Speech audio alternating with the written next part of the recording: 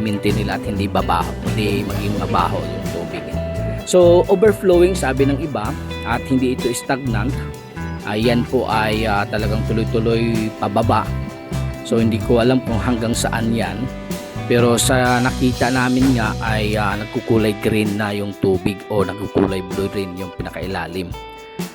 So nakakamangha lang. Ayan, napapansin nyo maraming tilapia dyan. Maraming isda, iba't ibang klaseng isda na pinapakawalan dyan. Ayan, at bawal naman magkumuha ng isda dyan. Hanggang tingin lang kami dyan pero naglalakihan na rin ng mga isda dyan. Napapansin ko naglalakihan na rin. So yun nga, at tuloy-tuloy lang tayo dito sa pagpamamasyal sa lugar na ito. Ayan, at ako mismo ay namamangha pa rin sa aking nakikita. Ito yung kagandahan kapag sabi nga nila may falls dyan pero wala ng tubig ngayon. Sa sobrang siguro, o hindi ko alam kung artificial din yung kanilang falls dyan o talagang sinasadya nilang may mga araw lang na nagkakaroon ng tubig. So yan ay sinzoom ko para makita natin kung anong meron doon sa kabila. So pupunta rin tayo diyan mamaya-maya. So tutuloy lang natin yung ating pamamasyal. Patingin-tingin lang tayo dito sa mga nakapaligid dito. So sa ngayon ay tuloy pa rin akong pagkuha ng mga video para magkaroon tayo ng vlog lang kahit papaano. So yun ay ang nakapaligid dito ay po mga dates. So wala tayong ibang makikita maliban sa punong ito. Yung mga tao naman ay nagdadatingan na at dito sila magla-lunch. At may napansin tayo na Pilipino dito sila nagla-lunch. So meron ditong libreng ihawan. Magdala lang kayo ng inyong manok or kahit isda. Ayan. At yan ay nawala na ng tubig nga. Yung sinasabi ko kanina. Dati daw may tubig daw yan. Artificial falls. At yun mga pumupunta doon sa kabilang side. Mamaya pupunta tayo dyan hanggang sa tuktok. Kasi may daanan dyan sa tuktok. Ayan. At dito patuloy pa rin natin na nagmamasid. At tayo sa mga nagdadatingan ng mga turista.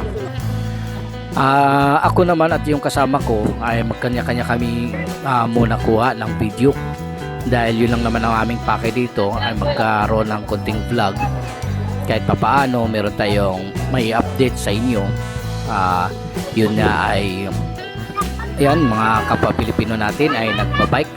Ayan, nagsiuwian na siguro mga yan. So tuloy-tuloy lang hanggang sa dulo tayo. Papunta na tayo sa dulo. Dulo, sorry. Ayan, papunta na tayo sa dulo. Ayan, at pagkatapos nito pagpunta natin sa dulo. Tayo titingin tayo ng iba pang mga pwede nating tingnan. So sa ngayon ito yun ay pinakamalawak na nandito nga sa wadi na to. Nakakamangha lang, di ba? Hindi mo sukat akalain magkaroon sila ng ganitong tourist spot. Kahit ako sa tinatagal-tagal kong pag Saudi, ngayon lang din ako nakakita ng ganitong tourist spot. Kakamangha lang na gumagawa talaga sila ng paraan para magkaroon ng tourist spot at magkaroon ng kanilang pasyalan. Ganun na ang ng Saudi Arabia ngayon. Hindi lang puro disyerto, meron din talaga silang mga pasyalan. At yan po ay talagang suportado ng kanilang gobyerno. Paano nila pinapaganda ang lugar. Ayan, at sana ganito rin ang sa Pilipinas, no? Hindi yung sinisira o hindi ginagawa nilang condominium o ano paman. Dito talaga ay kapag ang gobyerno na magsasabi o ang gobyerno na talaga ang pangasiwa, ay wala tayong magagawa kundi sundin natin sila. Kahit sa pagdidisiplina sa daan o kahit sa ay sumusunod ang mga tao dito. Hindi sila katulad ng ating mga kababayan na talagang pasaway pagdating sa mga tourist spot, iniiwanan ng mga basura. Ayan, dahil alam nila may tagasunod. Pero dito talagang madidisiplina ka rin kahit papaano. Nagkakaroon ka pa rin ng takot na gumawa. So yan ay nag-ikot-ikot siya at kumukuha ng mga basura. Ayan, may mga ano pa oh, may mga pato or itik ang nilagay nila dyan. Ayan, at masaya naman dahil yun nagdagdag ng kagandahan din sa lake na to. Doon sa kabilang bakod ay pupunta tayo dyan maya-maya lamang, abangan nyo. Ito nga ang ating mga yun ang kabuuan. Nasa malayo na nga tayo, medyo nasa kalagitnaan na tayo or malapit na tayo sa pinakadulo. Ayan, hindi ko alam kung gaano ito kalawak o gaano kalaki ang lugar na ito o ilang kilometro ba itong aking nilalakad. So dito may nakikita tayo na isang bulaklak na familiar natin, bougainvillea o kaya roses. Paano yan ay nabubuhay?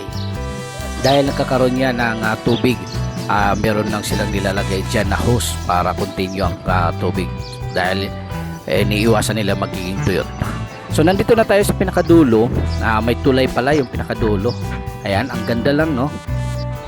Tatawid tayo sa kabila, tapos aakyat tayo doon sa pinakatuktok para makita natin kung ano yung ayan pala yun, no? Yung hanggang dulo pala yan, hindi pala malalim yung sa pinakadulo, mababaw lang pala. So ibig sabihin nun ay ito ay galing ito sa mga pabrika o galing ito sa mga residente ang tubig na ito at pupunta dito. Pero siyempre dinadaan ito sa magandang proseso para hindi mangangamoy. Ayan, at gumawa sila ng paraan para nga ay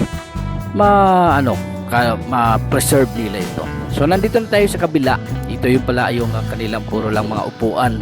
Wala kang makikitang mga tindahan dito. So talagang yun lang ang manon mo, tapos walang pagkain. So kailangan mo rin ng magdala ng pagkain sa mga gusto o may balak na pupunta rito. Ayan, may mga puno silang nilalagay, may mga pailaw, pero wala lamang tayo nakikitang kable kasi nasa ilalim na yung kable. Ganito pala kaganda sa kabilang side, no? Mapapansin natin, napakalinis kahit buhangin lang to, pero matigas itong buhangin na to, hindi ito katulad ng at naglalagay din sila ng kunting damo o yung itong sa kanilang tubig. So paakyat lang tayo doon sa pinakatuktok para makita natin ang kabuuan talaga kung anong meron dito sa kabuuan na itong wadi na ito. So pero ang daming steps, hinihingal din ako dyan, lalong-lalo na wala akong bitbit na tubig. Nagkamali nga ako, dapat sana nagbitbit ako ng tubig kung alam ko lang ganito kalawak. Kung alam ko lang ito ay ganito kalayo, ay nagdala na lang sana ako ng tubig. Pero nakakaya pa man tiisin. Sige, pagtitiisan na lang natin. Hakbang lang tayo ng hakbang. Sa mga siguro madali mapagod ay hindi pwede dito umakyat. Yung mga madaling hinihingal o kaya may sakit sa baka hindi nyo kakayanin, lalong-lalo kapag inabutan kayo ng tanghali.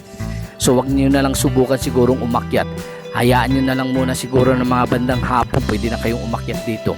O kaya minsan titigil kayo sa kalagitnaan bago nyo marating ang pinakatuktok nito. Kasi dito sa video na ito, akala nyo napakaano lang, pero pag nandoon kayo mismo sa location na ito, ay talagang hihingaling ka. Kahit medyo bata-bata pa tayo or talagang mararamdaman mo yung paghingal. Dahil hindi naman tayo nasanay nga sa pag-akyat ng akyat. So nandito na tayo sa pinakatuktok. Ito yung aking nakikita, may isang pamilya na nandito. Ayan yung tatay niya at saka yung nanay at mga anak. Ayan. Kahit sila ay nandito o mga lokal, ay namamangha pa rin sa kanilang nakikita. Ganito pala kaganda ang kabuuan ng wadi. So kung nakikita nyo parang kanal, yung kanal na napakasikat din na tourist spot doon sa sa ibang bansa, di ba? Na dadaan ang barko. Kung i-imagine mo na dadaan dito ang barko at tataas ang tubig nito para lang maitawid sa kabilang bansa. Ganito pala. Ganito kaganda ang pinaka top or nasa itaas tayo ng wadi. Kung saan tayo nagsimula hanggang papunta rito, ganun kalayo. At ang ganda lang, no? Kahit ako talagang hindi ko lubos maisip hanggang ngayon na makakita ako ng ganitong artificial lake na pwede palang gawin. Pwede palang gawin ang mga ganitong klaseng tourist spot para magkaroon tayo ng iba't ibang lahi o mga turismo para magkakaroon din ng magandang ekonomiya ang ating bansa kung mayroon tayo mga nagdadatingan na taga-ibang bansa din. Ayan, napakalayo pala yung nilalakad natin. Akala ko napakasimple lang, pero tingnan nyo naman guys, nakakamangha. Mas lalo siguro gaganda ito kapag mayroon tayong drone. Pero dahil pinagbawal ang drone dito, so ito lang, cellphone na lang ang gagamitin natin. At namnamin natin itong napakagandang tanawin at nakakamanghang tanawin. Ayan, napaka-refreshed.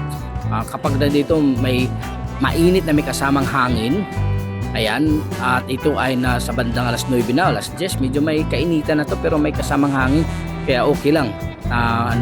Dito natatakot ako dito. Itong si Baba, sinabihan ko na wag na lang ipatong yung anak niya para kumuha lang ng pictures. Kasi natatakot ako baka paglingon niya ay nahulog na yung anak niya. Diyos ko po, Mio.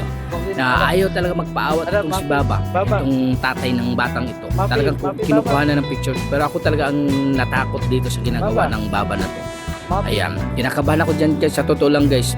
At dinig na dinig niya kasi nag-Arabic din ako. Sabi ko na wag na lang kung wag niyang gawin yan sa anak niya na ipatong. Kasi baka magkamali o ma-out of balance sa bata, hindi niya masalo. Hindi diretso yan sa baba. Diyos ko po, yun na mga kinakatakutan ko. Napaka-risky nga kasi hindi natin alam ang mangyayari.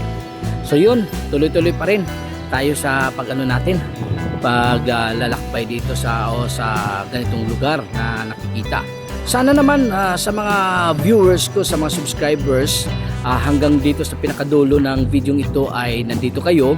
Maraming salamat. Sa mga hindi pa nakapag-subscribe, pakipindot nyo naman at i-subscribe nyo at pakishare sa ating mga videos para marami kayong makikitang lugar dito sa Saudi Arabia.